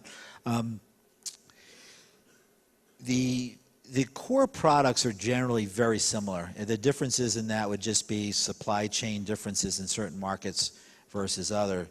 When we could do innovation, though, and want the breadth of the menu, we actually do seek a different menu in certain markets versus others. So, for example, Asia is very big on the KFC on dark meat. The UK is very big on white meat. So you want to have products that tailor to the tastes of the market. So we've actually had probably a fairly flexible approach. They still have to be approved products. We still have to test them. We still have to, make sure we go through that screen. But we do have different products in different markets, and that's true on both the KFC side and the Pizza Hut side. And we've had markets where Pizza Hut's had huge success, and KFC hasn't. So I don't think there's inherently one brand or the other. Other than what I said before, I think in the dine-in business, in some markets, we had been too slow to innovate and to take that dine-in to a higher level. But I think we're addressing that now. Awesome. Well, this is a smart lady. She actually overrides 146 characters by an image, which is a bit longer one. 3 key elements to any successful business would be throughout the service and customer satisfaction and revenues. Explain how can you manage the dilemma of a franchising to Middle East and the dilemma of service provided between different locations? Yeah, that's what the industry is about, and it's hard. The restaurant business is not an easy business because, you have a restaurant and it's hard enough to run one restaurant, but you have to be able to be successful in a bunch of different places. I think it's a combination of having people with the right attitude and having the right processes in place. So I'll give an example. I'll take a competitor from the U.S. Chick-fil-A, I think, has done a very good job in the U.S. And you know, one of the things they've done, they've got pretty good product, but their service levels are very high. And one of the things that they do, if you say thank you to a Chick-fil-A employee, and I've done this about 50 times, instead of saying you're welcome, which is the natural response in English in the United States, 99% of the people say that, unless you're on an airline, they won't say anything. But if you say thank you to most people, they'll say you're welcome. At Chick-fil-A, they say my pleasure. Now, is that by itself the end of the world? No, but when you accumulated a lot of my pleasures, it makes a big difference in the service experience. So now, how do you get that to occur, right? Well, they've trained that, but you also need people who can carry that experience out there. We have this expression: if somebody comes in for an interview who's never smiled in their life, their chances of smiling in front of a customer is not high, right? So you have to have people who have the you could teach them to treat customers well if they're predisposed to do it, but you have to also hire people who are predisposed to do it. And the challenge is, how do you do that time after time after time, especially you train people off, they leave, etc. So you have to have the processes in place to keep hiring, keep training, etc. And that's what makes it a difficult business to run, 3, 5. It's hard enough to run one restaurant because you have to do those things there, but it's harder yet if you have to run 5 restaurants as a franchisee, 20 restaurants as a franchisee, or if you're running several hundred company stores in a market. Awesome. What is the most important idea can be followed to success of any projects? Sorry, can you repeat that again? What is the most important idea can be followed to the success of any projects? To the success of any project? I don't understand. Which means, I believe, she want to have kind of... How do you make projects succeed? Yeah, maybe an idea that you have developed or something that's very successful. Other businesses or other projects, they can take it and I see. reuse Other than the thing. discount parachutes. I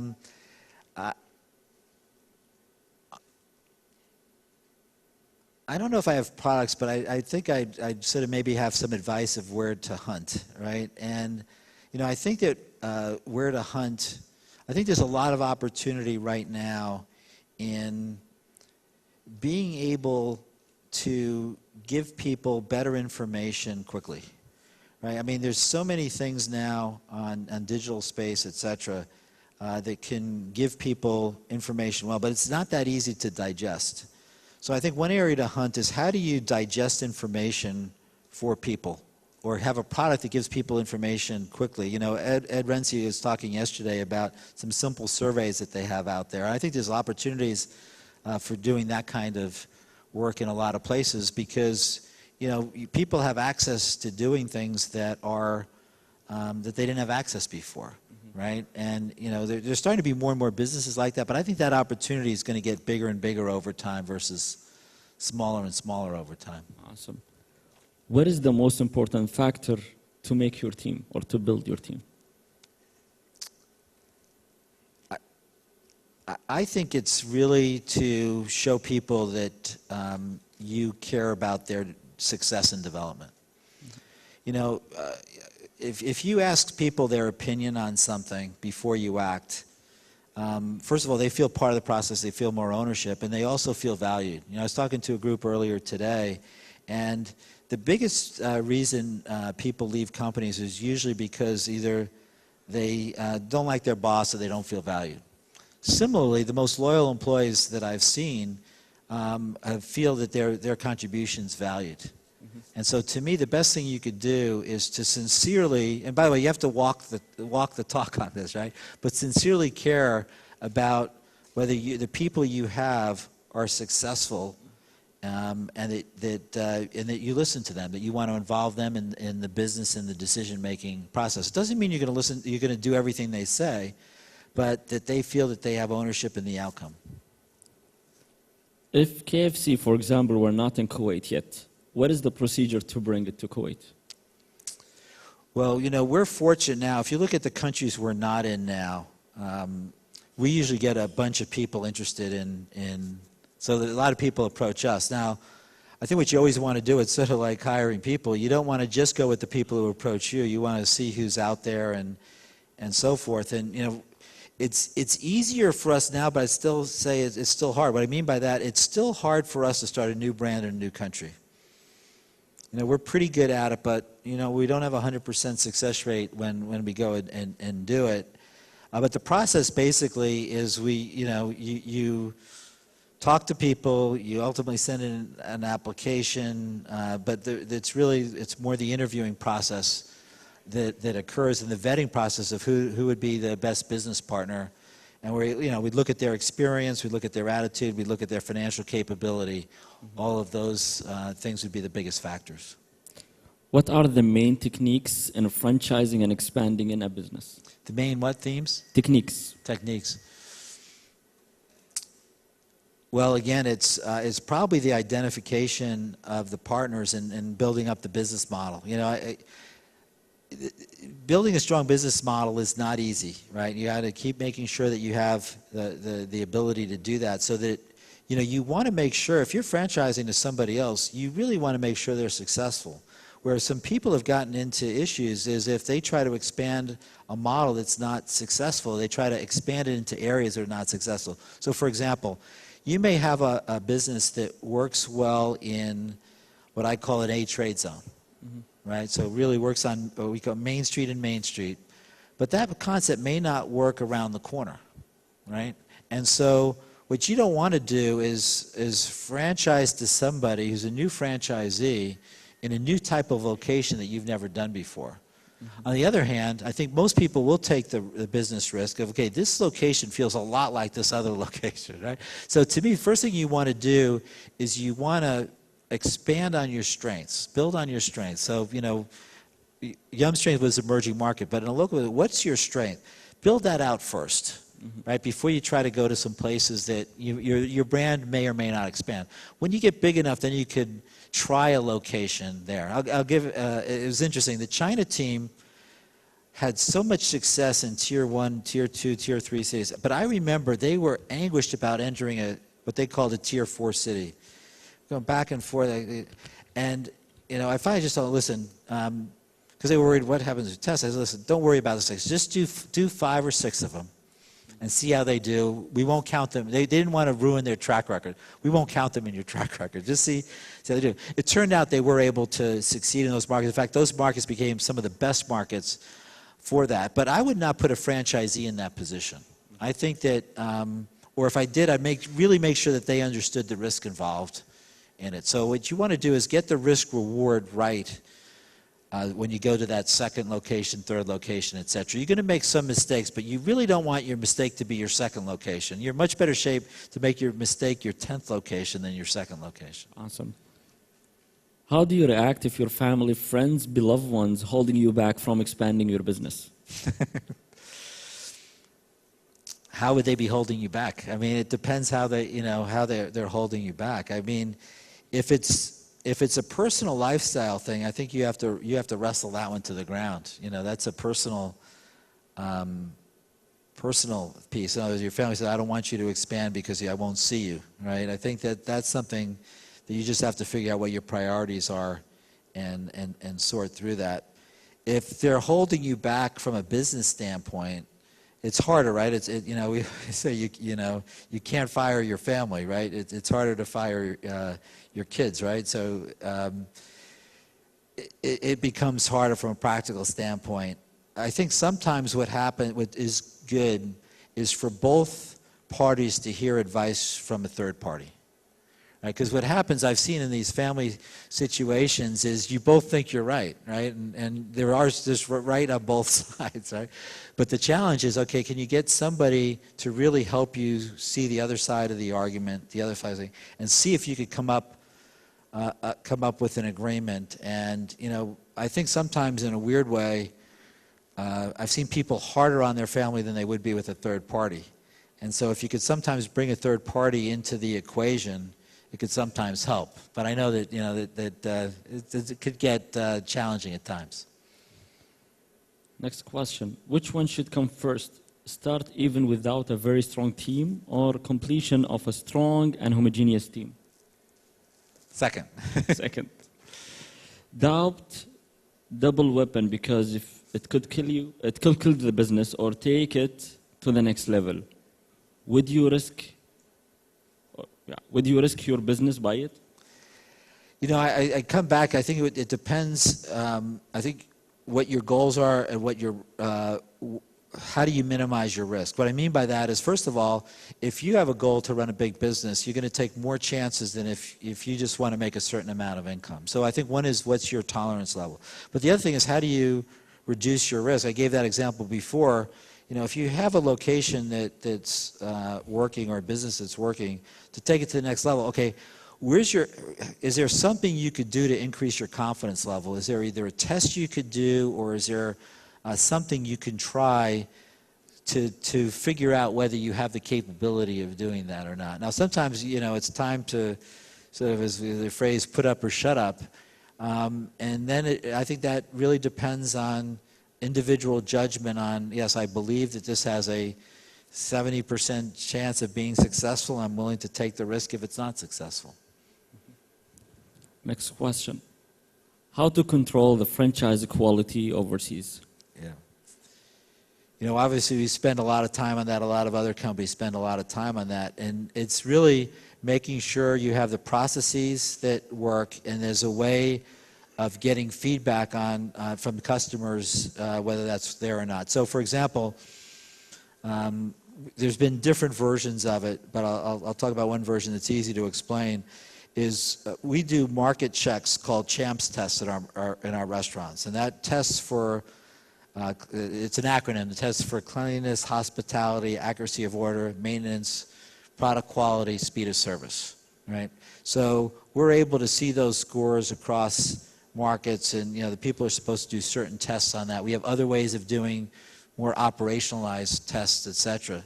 So it's having the right partner with the right processes, and then looking at the feedback of, okay, what's our customer think of that experience? And I think it is important to have a checking system at the customer level, because it, as much as people try, if you're not listening to the customer, you could think you're doing everything right, but it may not be perceived as a customer that way. Mm-hmm. Do you monitor service provided more than revenue embedded, or revenue earned? Yeah, I mean, it's amazing how related the two are, though, right? I mean, if you do a great job in service, usually you're growing your business, and if you're not, you're not. And it's actually a very big red flag if you're growing your business and your service levels are down. I really, if you're in that situation, I would say be careful, right? Because you're probably disappointing some customers, and in some ways your growth is bad. You have new customers and you then disappointed them. So, it's really important to get the service standards right. And we look at both, but we probably in the short term look at the service standards more, because we know if that works right, then we'll be making more money, we could build more restaurants, etc. Cool. How to grow your team away from performance evaluation? Sorry? How to grow your team away from performance evaluation? Yeah, I mentioned before, first of all, why do you separate performance evaluation from growing them as leaders, or just as better employees? And I think it's because, again, you don't want those conversations to overlap. You start talking about performance, and first of all, they're thinking, okay, you're just caring about the performance as opposed to caring about whether I grow or not. So I do think it's important to have that as a separate conversation, and then to make sure that you are able to, one, listen to them, listen to what their goals are, and then are able to give good examples of what they need to do better and why.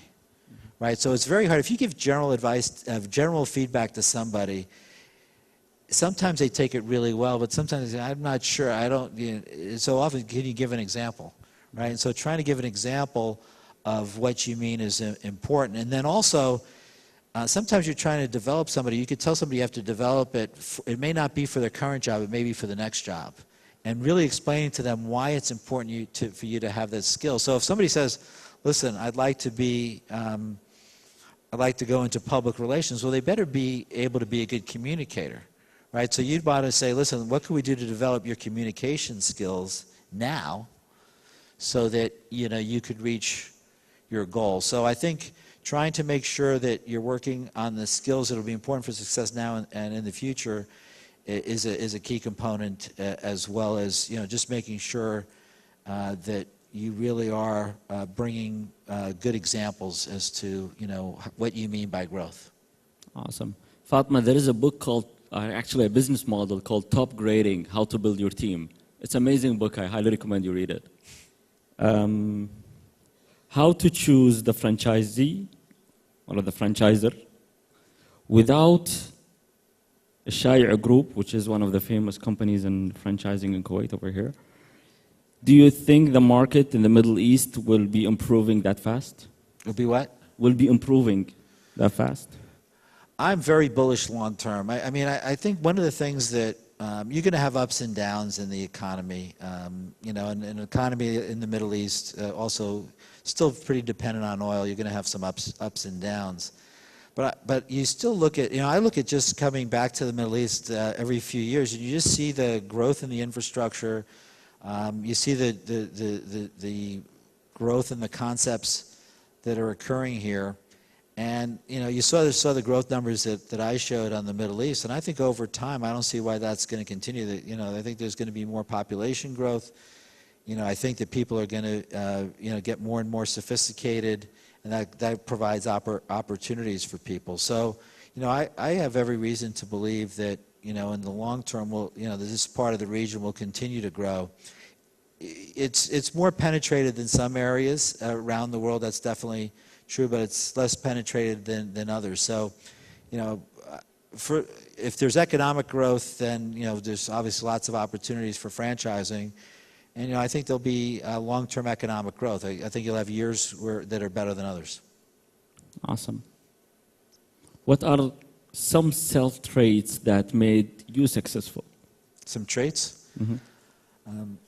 I go back to a couple of things I said in my speech, but I'll add a couple more. I think, you come back to hard work and accountability. I said hard work in this speech. I think working hard is important, but I also think having a sense of accountability.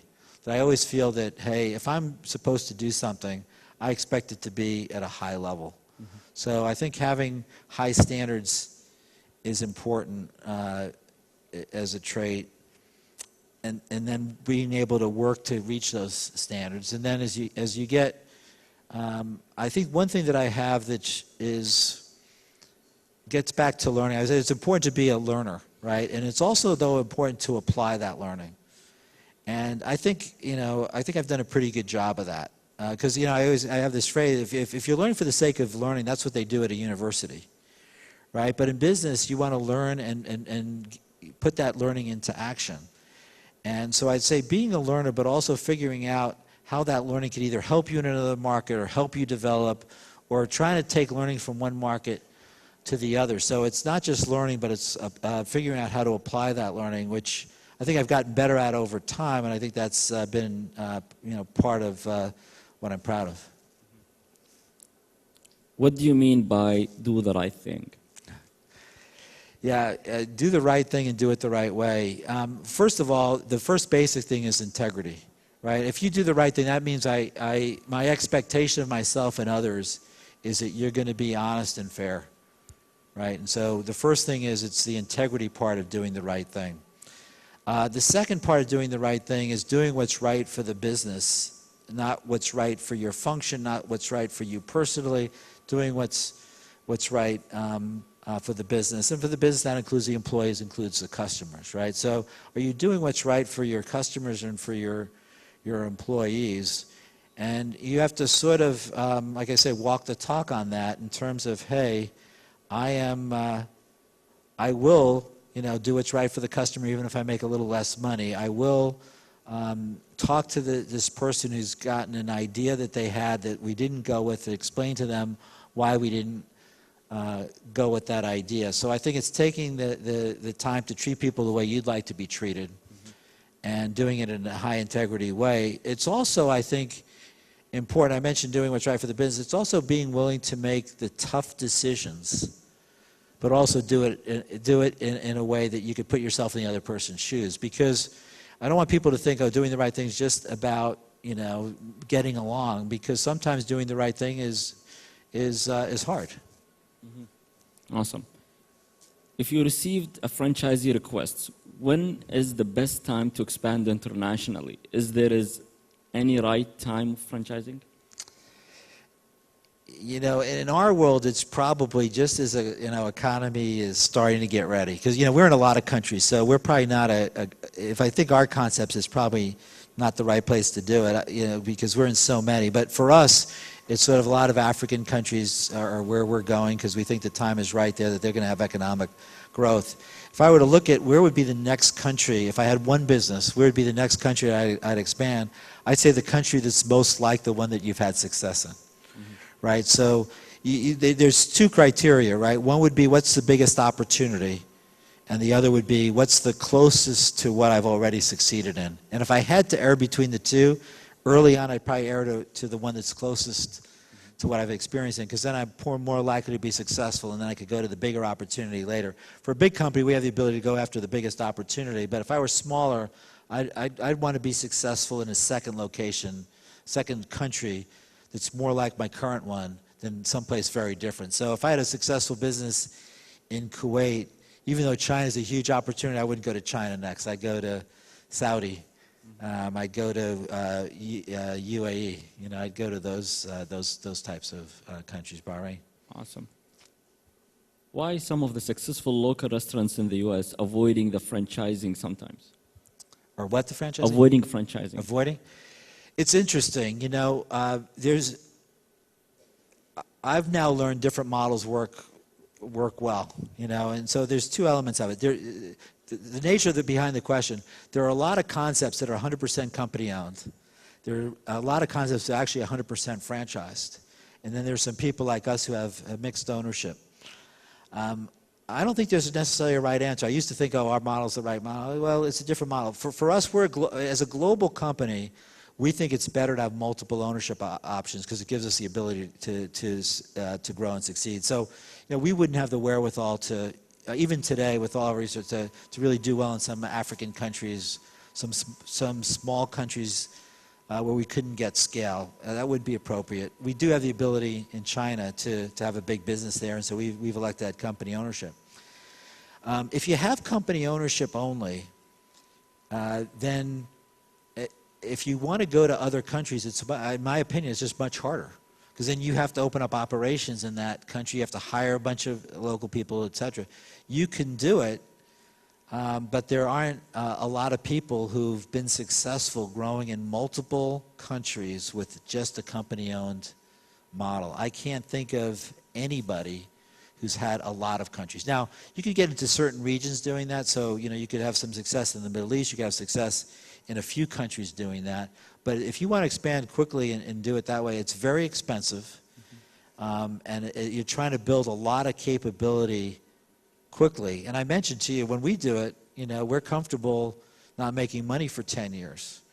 If you only have one business and you want to go to multiple countries and you're not going to make money for 10 years in all of them, that's a fairly sizable investment. And, you know, the other thing is that, you know, one of the benefits of franchising is you get local capability.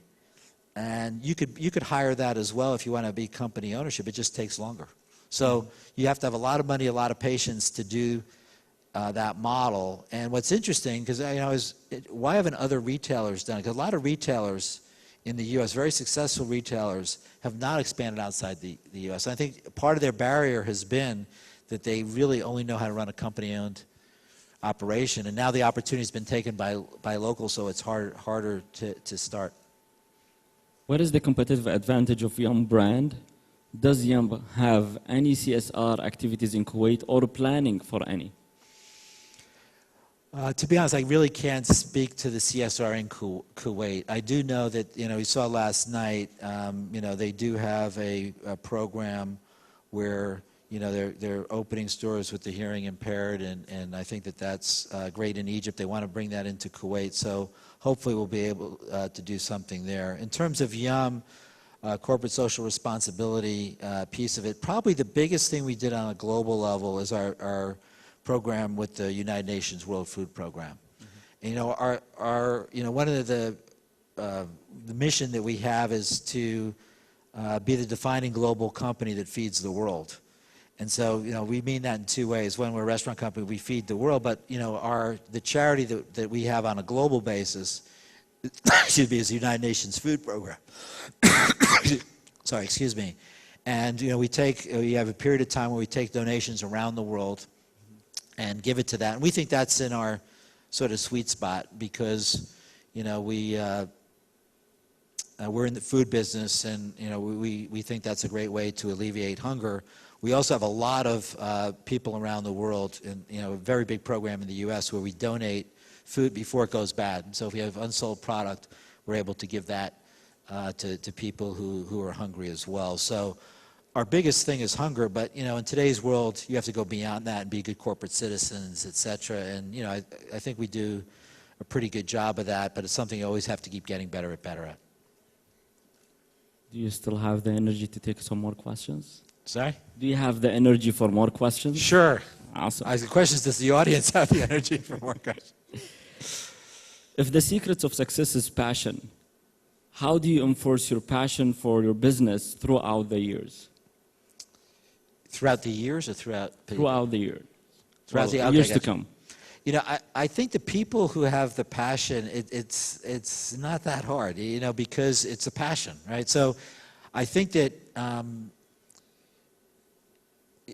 I've always liked my job, right? So I never really had to get motivated. Today let's go in. I think obviously there's some days you're tired. With some, you have a long trip. I travel a lot, so you jet lagged.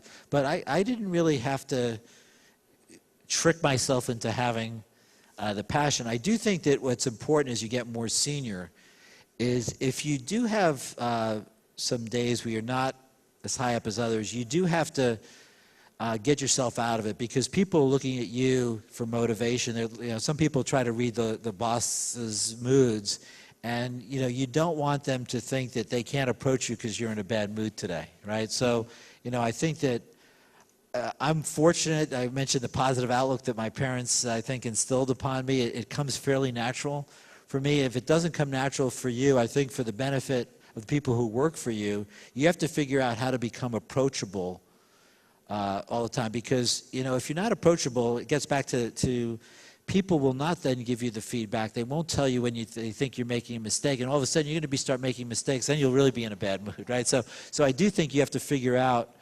not just to be positive, but how to be positive and approachable. So a lot of people are very uncomfortable giving any advice to a boss.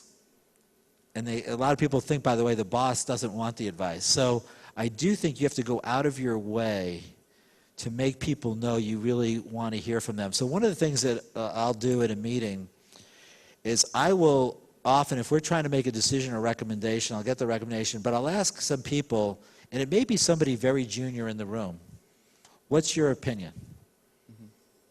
And and sometimes they worry because you're putting them on the spot, etc.